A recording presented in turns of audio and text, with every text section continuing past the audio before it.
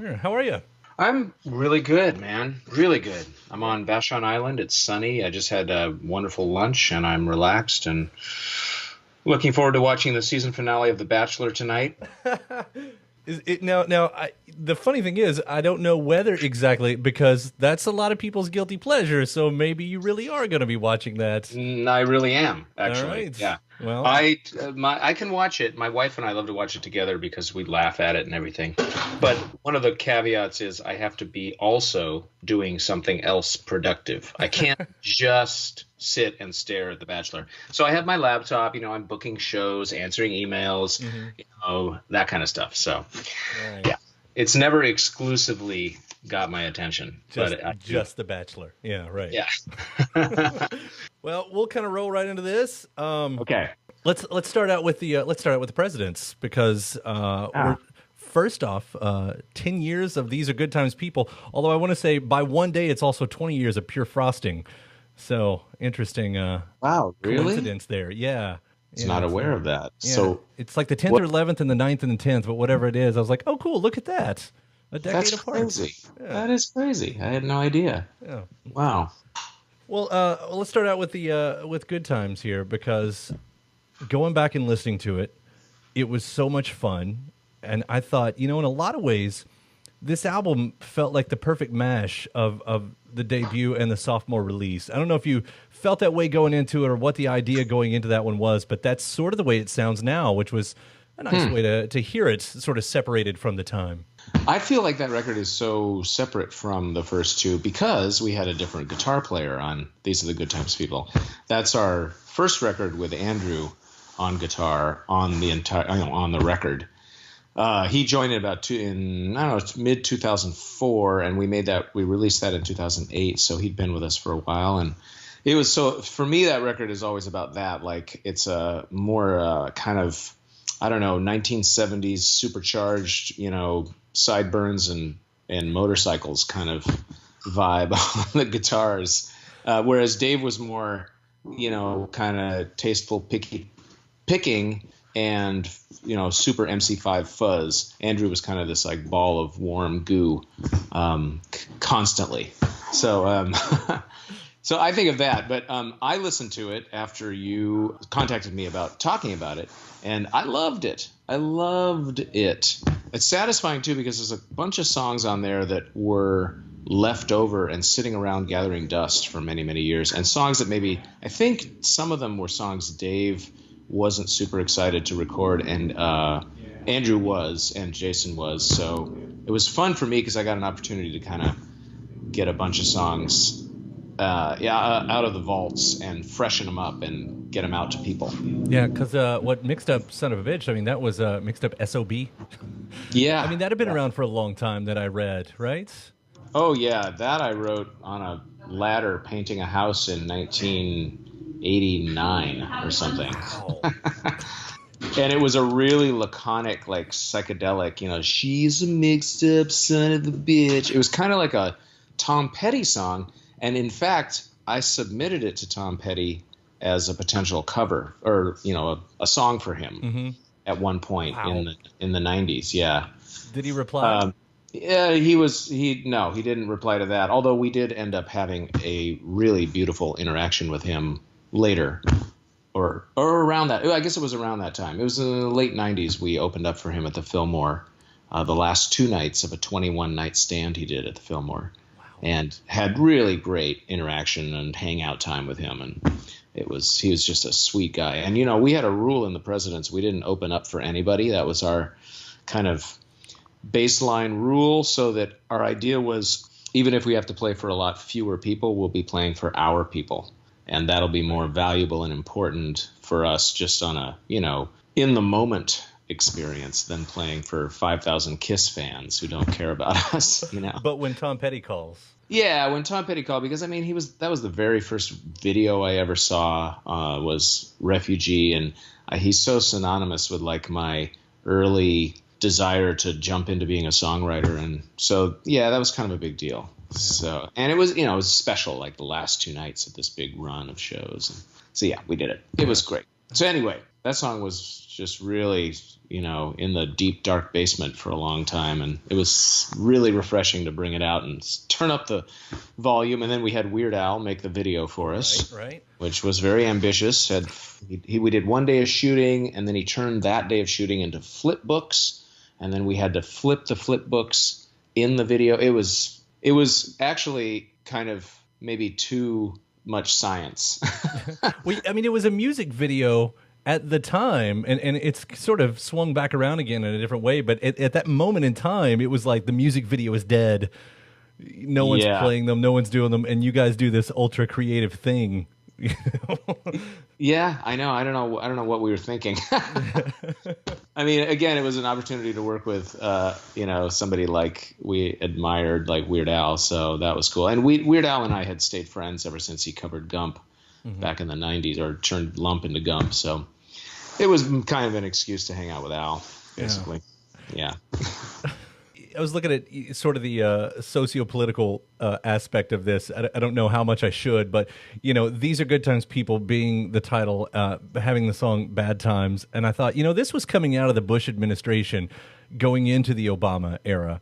And with as many times as that wish is saying in that song, I thought, are you responsible for Trump? Yeah, right. I won't put that on you. I won't. No, please don't.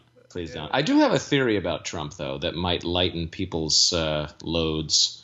I have a theory that his giant pulsating shittiness is actually going to inspire, or is inspiring, a reverse positivity or an inverse positivity surge. Right, yeah. It's like when gas went to $4 a gallon or $5 a gallon.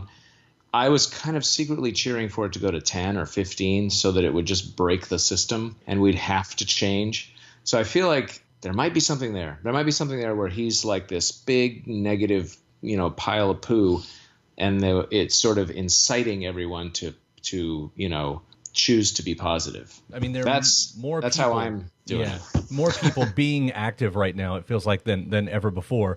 Even if it's just on social media, it's something, and that's got its own weird, messed up, circular thing that goes on. But I feel like that conversation has to push something. So I completely agree with you. Yeah, it is something. Social media is a big deal because, I mean, bottom line, when you think about it, like books, music, movies, social media, all this stuff is part of what I like to call the ethnosphere. It's the story of ourselves. And that story of ourselves is a real living thing that influences how we interact with each other and how we choose to live our lives. And so I think that's where the value of art and music and storytelling in whatever form you want to do it in comes into play, because you are telling the story of our potential or our mistakes or our, how to be happy, how not to be happy. What does it mean to be happy? So anyway, I think that kind of thing is important. Yeah. It's kind of good. Well put. Thank you. Yeah, you're welcome. Sometimes I make sense. Sort of one more question about Good Times before I move on from this too. This ended up being the last President's record for a while, until the last record. Yeah, right. Yeah, and when you put out a record like this, and you had gone through this amazing in the spotlight fame, throughout the 90s with 1 and 2. At this point, that spotlight's moved on. You're a career musician still. You've got a great fan base. But, what's the mood going into something like that? What's the expectation you guys had on this? Is it still like one more chance to get back there, or is it just to put out a good record? I think it was a little bit of both. I think one of the reasons we did make a video for Mixed Up SOB is because I think we still thought we could work it to radio, kind of, or whatever. We were maybe a little stuck in the old model.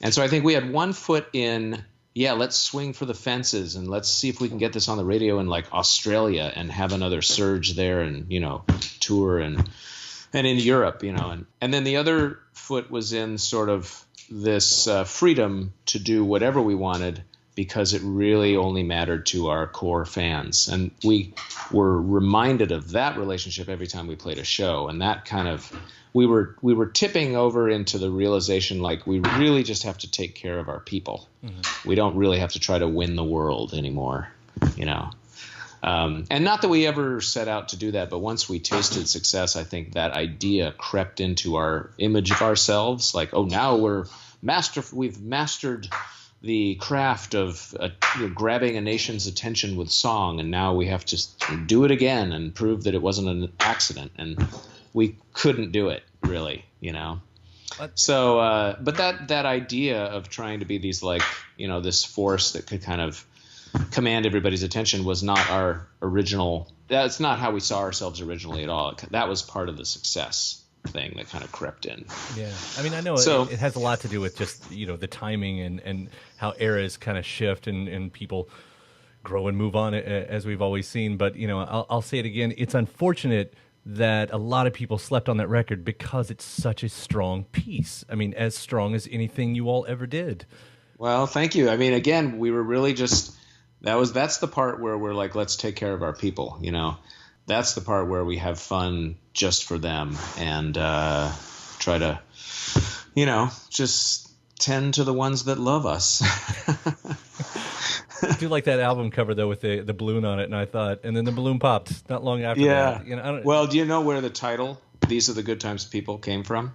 What's that? Well, whenever we were on tour, and during that time, 2003 when we got back together up to 2006 or 7, and when we were making this record in 2008 when it came out, we played a whole variety of shows. We played some shows that were big and professional, and some shows that were just weird, because we were basically like, hey, if you've got a certain amount of money, we'll go play, and we don't care where it is.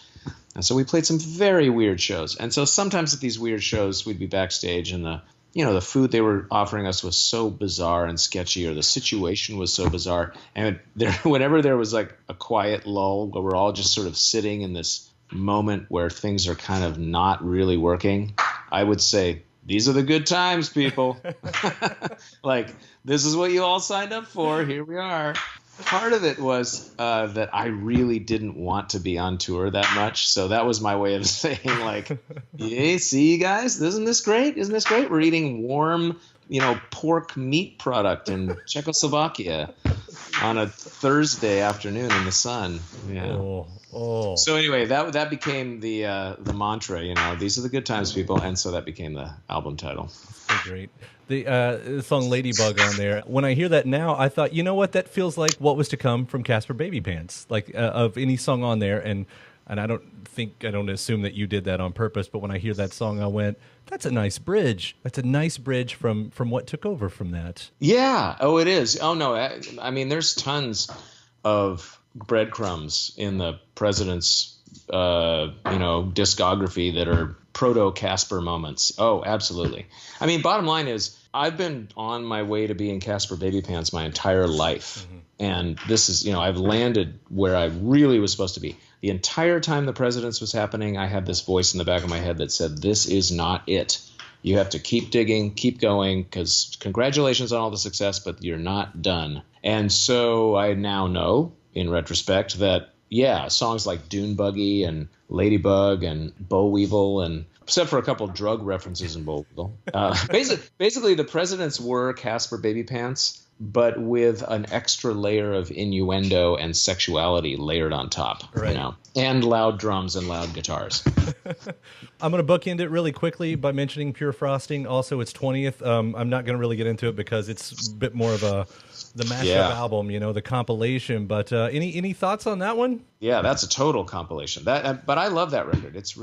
It has also a couple songs that we were experimenting with for what would have been the next record, which was like Sunshine and Mobile Home and Teenage Girl and Tremolo Blues. So there's a few. I mean, there's a EP of new songs in there. But it sort of stood on its own because it had that stuff on it, with Cleveland Rocks, and having a theme song at a time, it feels like to me that would take a lot of the weight off of having to do anything. It takes care of itself every single week. Yeah, exactly. Yeah, it was great too. And we only got that because Drew Carey we were on the Rosie O'Donnell show, and he was a guest, and he came to our trailer and knocked on the door. I was like, hey, what are you doing? And we just hung out for a long time and got along. And so he thought of us later when he wanted to, do the theme song, and gave us a job. So that was great. Well, that's it. That's good for me. If it's good Right for on. you, yeah, it's always good to Yeah. talk to you. Sure, yeah. Thanks a lot for taking time to chat and spreading the word. And, tell everybody to go to babypantsmusic.com for all their music needs, really. You don't have to go anywhere else, even if you don't have kids. We'll put that out there, and I guess we'll be doing this again, around August or so when we got another Baby Pants record to talk about. Okay, sounds good. Thanks for taking time to talk, and we'll talk to you in what is it? March, April, May, June, July. I'll talk to you in 5 months. Sounds good, man. Okay, bye-bye. All right, bye.